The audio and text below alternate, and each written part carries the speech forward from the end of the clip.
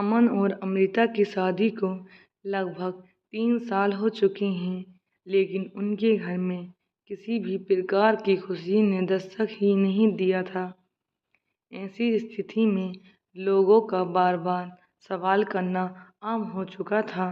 अमृता को तो बचपन से ही शादी करने का शौक था और वह अपनी माँ से कहा करती थी कि बड़ी होकर एक अच्छी माँ बनेगी।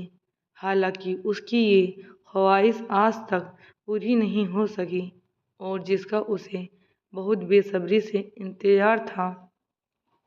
शादी के कुछ ही दिन तक दोनों पति पत्नी शहर से दूर रहते थे, जहाँ वे अपने हिसाब से अपनी जिंदगी जी रहे थे और वे बहुत ज़्यादा खुश थे।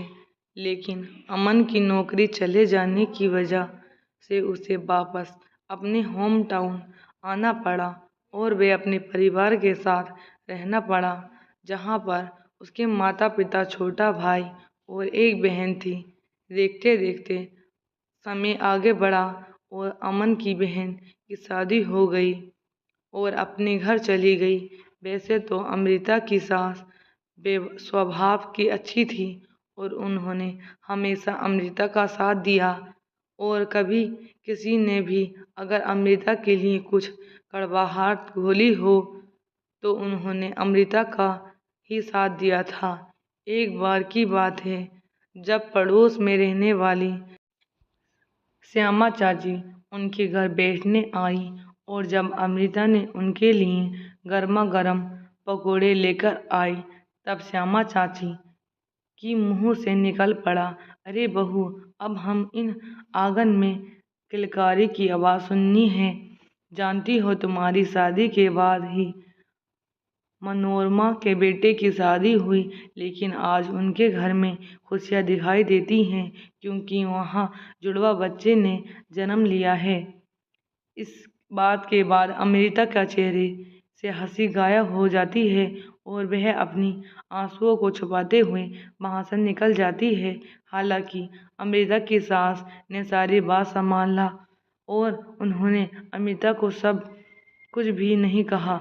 अमृता चुपचाप अपना सारा काम निपटाती और खाली समय में वह कई सारी बातों को सोचने लगती, जिसकी वजह से कभी कभी उसकी तबीयत खराब होने की गलती, जिस पर अमन ने अमृता से कहा था कि मैं तुम्हें उदास नहीं देख सकता और मैं तुम्हें छुट्टियों में कहीं बाहर घुमाने ले जाना चाहता हूँ ताकि तुम्हारे दिमाग फ्रेश हो और तुम नए सिरे से शुरुआत कर सको।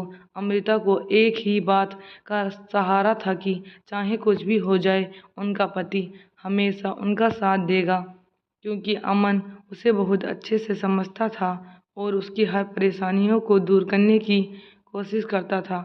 अमृता और अमन की शादी को लगभग 9 साल हो गए थे और अभी भी उन्हें माता पिता बनने का सुख नहीं मिला था। बहुत ही जल्द अमन की छोटी भाई नितिन की शादी हो गई और 1 साल बाद ही उनके यहाँ एक प्यारे से बेटे ने जन्म हुआ। अब वह बेटा पूरे घर की जान हो गया था, क्योंकि अमृता अमन के बच्चे न होने पर उसके छोटे भाई से मिली खुशी से बहुत खुश थे और अब अमृता अमन की बजाय सभी घर वाले छोटे भाई नितिन की ही पूछ परख करने लगते हैं। एक दिन की बात है, जब घर के सभी सदस्य अपने कामों से लीन में थे, उसी समय नितिन का बच्चा जोरों जोरों से रोने लगा और उसी समय अमृता वहाँ से गुजर रही थी और उसने उस बच्चे को गोद में उठा लिया। तभी अचानक से आवाज़ सुनाई दी जो उसकी देवरानी की थी और उसने कहा, भाभी, मेरे बच्चे के पास उसकी माँ है। आप क्यों बार बार मेरे बच्चे के पास आकर अपना हक जताना चाहती हैं? ये बात अमृता को बिल्कुल नहीं अच्छी लगी और उसने चुपचाप बच्चे को देवरानी को देकर अपने कमरे में आ गई। ऐसे ही जब भी आप पड़ोस के लोग उसके घर आते हैं तो हमेशा अमृता को ताना मारते हैं कि तुमसे पहले ही तुम्हारी देवरानी का बच्चा हो गया, लेकिन तुम कुछ सोचती ही नहीं हो। अमन इस बात को समझ चुका था कि अमृता इन सारी बातों से बहुत दुखी हो रही थी और जो सास पहले अमृता के साथ दिया करती थी, अब वह बच्चे के मुंह में अमृता को उसके पास नहीं जाने देती थी और अब अमृता को ज़्यादा पसंद नहीं करती थी। जब देवर के बच्चे का पहला जन्मदिन आता है, उस समय अमृता ने भी कई सारी डिश बनाने के बारे में सोचा और उसके पूरा सहयोग भी दिया, लेकिन फिर भी सास और देवरानी उससे ना ही बात करती हैं और ना ही उसके अपने दिल की बात बताती हैं। अमृता तो यकीन ही नहीं आ रहा था कि जिन लोगों के भरोसे वो इन घर में है, उन लोगों ने ही उसका भरोसा तोड़ दिया। अब तो अमृता की तबीयत और भी ज़्यादा ख़राब होने लगी, क्योंकि वह हर बात को बहुत सोचने लगती थी और इस वजह से उसका बीपी काफ़ी डाउन हो चुका था। एक दिन अमृता अचानक किचन में काम कर रही थी और उसी समय चक्कर आने की वजह से वह बेहोश हो जाती है। जब डॉक्टर को बुलाया जाता है, तब पता चलता है कि उसकी तबीयत इतनी खराब हुई है क्योंकि उसका बीपी ज़्यादा कम हो चुका है और इस वजह से उसे हॉस्पिटल में एडमिट करना पड़ सकता है। अमृता को बार बार एक ही बात खाई जा रही थी कि शादी के 2 साल बाद भी वह मां नहीं बन सकी और ऐसी भी नहीं था कि उसने डॉक्टरों की सलाह मशवरा नहीं किया हो। शहर में आने वाले हर डॉक्टर के से वो सलाह मशवरा कर चुकी थी, लेकिन कोई भी फ़ायदा नहीं हो रहा था।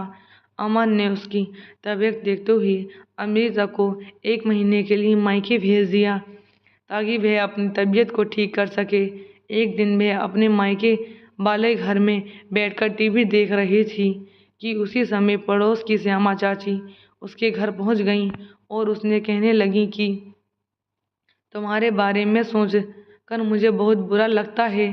तुम्हारे और अमन की जोड़ी बहुत अच्छी थी और मुझे तुम लोग बहुत अच्छे लगते थे, लेकिन नियति को कुछ और ही मंजूर था।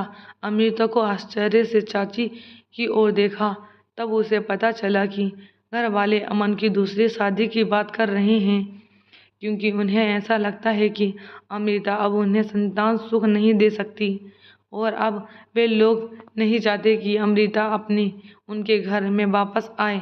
अमृता को इस बात पर बहुत गुस्सा आया, क्योंकि आज तक उसने इस घर के लिए काफ़ी कुछ किया था और कभी भी किसी भी घरवाले को दुख या परेशान नहीं किया था। उसने अपने बहू होने का फर्ज बहुत अच्छे से निभाया था और कभी कोई कमी नहीं रखी थी। फिर आज उसकी इस कमी के लिए घर वालों ने ऐसा फैसला कैसे ले लिया? क्या अमृता उनकी कोई भी नहीं लगती? उसने मन में लाखों सवाल चल रहे थे। चाची तो अपना काम करके निकल गई थी, लेकिन उसके दिमाग में होने वाली हलचल को रोक नहीं सकी थी।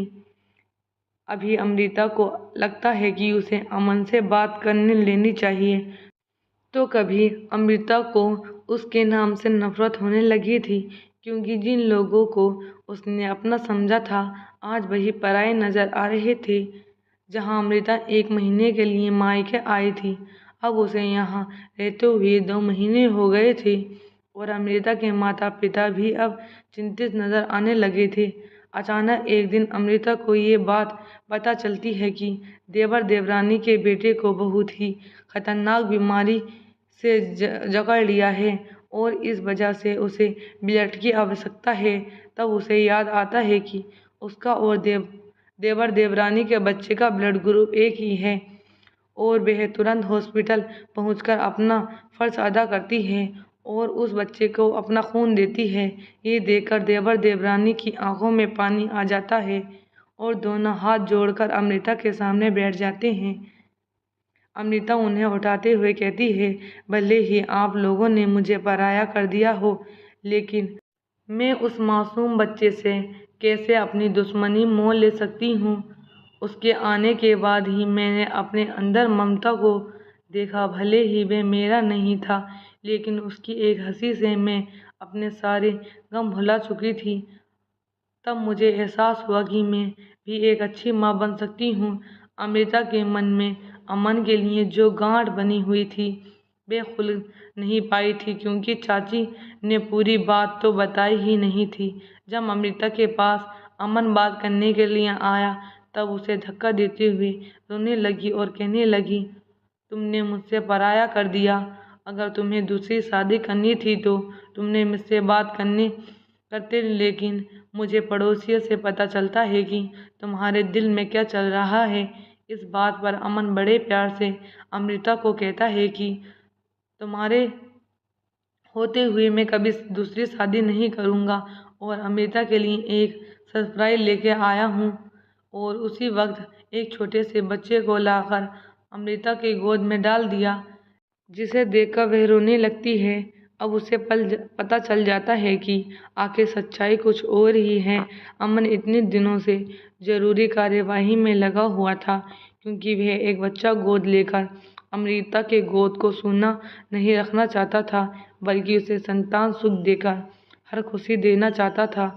अमृता को इस बात का अफसोस होता है कि वह उसने क्यों एक बार अमन की बात नहीं की और वह मन में ही गांठ बनाकर बैठ गई।